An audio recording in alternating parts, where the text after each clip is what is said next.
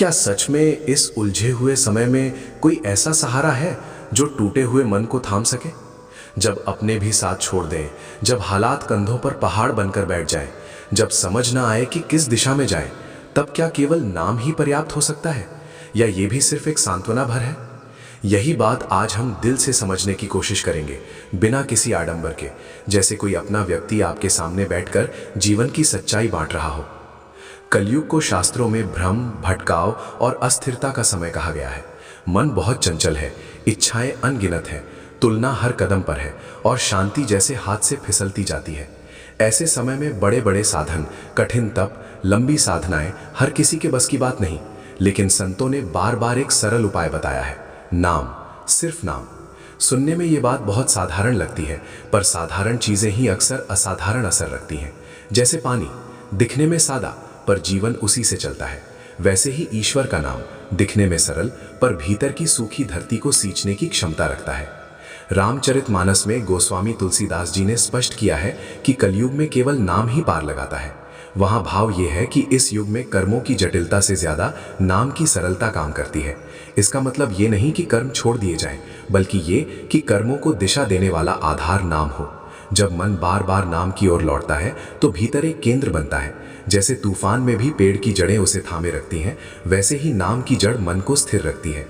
श्रीमद् भगवद गीता में भगवान श्री कृष्ण ने अर्जुन से कहा कि मन चंचल है, पर अभ्यास और वैराग्य से उसे वश में किया जा सकता है। नाम जप वही अभ्यास है। बार बार नाम दोहराना मन को एक धुरी देना है। शुरू में ये केवल शब्द लगता है, फिर ध्वनि बनता है, फिर भाव और अंत में एक अनुभव। ये अनुभव धीरे धीरे मन की दिशा बदल देता है। पहले हम परिस्थिति के गुलाम थे, अब हम भीतर से थोड़े स्वतंत्र हो जाते हैं। कबीरदास जी ने कहा था, साईं इतना दीजिए जामे कुटुंब समाए। ये दोहा केवल संतोष की बात नहीं करता, ये भीतर की तृप्ति की बात करता है। जब मन नाम में टिकता है तो इच्छाओं की आग थोड़ी शांत होने लगती है। हम समझने लगते हैं कि हर चाह पूरी होना जरूरी नहीं, जरूरी है मन का संतुलन। नाम उस संतुलन का अभ्यास है। जैसे लोहे को बार बार तपाकर ही तलवार बनती है, वैसे ही मन को बार बार नाम में डुबोकर ही स्थिरता आती है। कई लोग पूछते हैं, क्या केवल नाम जपने से जीवन की समस्याएं खत्म हो जाएंगी? नहीं, समस्याएं शायद रहेंगी, पर उन्हें देखने का नजरिया बदल जाएगा। पहले दुख पहाड़ लगता था, अब चुनौती लगता है। पहले अपमान दिल में चुभता था, अब सीख देता है। पहले असफलता टूटन देती थी, अब प्रयास का संकेत बनती है। नाम बाहरी हालात नहीं बदलता, पर भीतर की प्रतिक्रिया बदल देता है। और सच कहें तो जीवन का असली खेल प्रतिक्रिया का ही है। उपनिषदों में आत्मा को शांत साक्षी कहा गया है। नाम जब हमें उसी साक्षी भाव की ओर ले जाता है। जब हम नाम लेते हैं तो थोड़ी देर के लिए विचारों का शोर कम होता है। जैसे बाजार की भीड़ से निकलकर कोई शांत घाट पर बैठ जाए, वैसे ही मन को एक विराम मिलता है। ये विराम ही धीरे धीरे सहारा बन जाता है, क्योंकि सहारा बाहर नहीं, भीतर मिलता है। सूरदास जी ने अपने पदों में बार बार भक्ति को प्रेम का रूप दिया है। जब प्रेम होता है तो बार बार स्मरण होता है। नाम जप वही स्मरण है। फर्क इतना है कि हम अक्सर दुनिया की चीजों को याद करते करते थक जाते हैं, पर ईश्वर का नाम मन को थकाता नहीं, हल्का करता है। ये ऐसा दीपक है जो अंधेरे को गाली नहीं देता, बस धीरे धीरे उजाला कर देता है। जीवन में मैंने कई लोगों को देखा है जिनके पास ज्यादा साधन नहीं थे, पर चेहरे पर शांति थी। पूछने पर पता चला कि वे रोज थोड़ा समय नाम जप में लगाते हैं।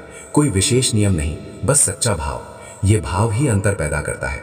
नाम केवल होठों से नहीं, मन से लिया जाए तो असर गहरा होता है, वरना तो शब्द तोते की तरह दोहराए भी जा सकते हैं, पर परिवर्तन नहीं आता। गरुड़ पुराण में भी नाम की महिमा का वर्णन है कि अंत समय में भी नाम स्मरण मुक्ति का कारण बनता है। इसका गहरा अर्थ ये है कि नाम केवल जीवन भर का सहारा नहीं, अंतिम क्षण का भी आधार है। जब सब छूट जाता है तब भी नाम साथ रहता है। इसलिए कहा गया है कि जिसे अंत में याद करना है उसे अभी से याद करना शुरू कर दो। नाम जब कोई जादू नहीं, ये अभ्यास है।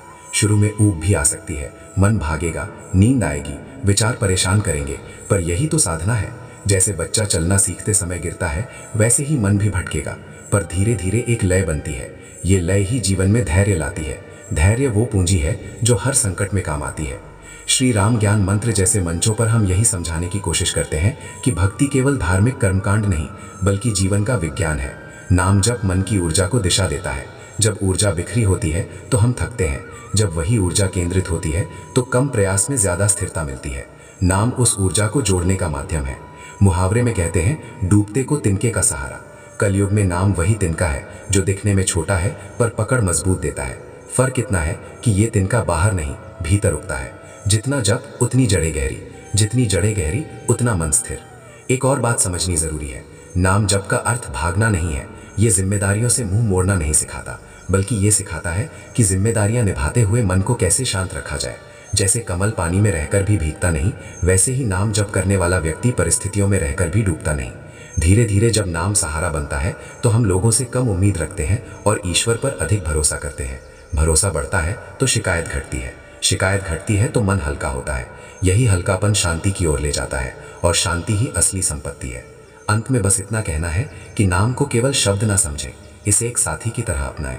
रोज थोड़ा समय दें, चाहे 5 मिनट ही सही। नियमितता ही चमत्कार करती है। आज नहीं तो कल परिवर्तन महसूस होगा, और वो परिवर्तन बाहरी नहीं भीतरी होगा। वही भीतर का परिवर्तन जीवन का असली सहारा बनेगा। यदि आपको ये विचार अच्छे लगे तो श्री राम ज्ञान मंत्र से जुड़े रहें। इस वीडियो को लाइक करें, अपने अनुभव कमेंट में लिखें, इसे शेयर करें ताकि और लोग भी नाम की शक्ति को समझ सकें, और बेल आइकन जरूर दबाएं ताकि ऐसे ही चिंतन और जीवनदायी संदेश आप तक पहुंचते रहें। ईश्वर का नाम आपके मन को स्थिरता दे, आपके जीवन को दिशा दे और आपके हृदय को वो सहारा दे जिसकी तलाश शायद आप बहुत समय से कर रहे हैं।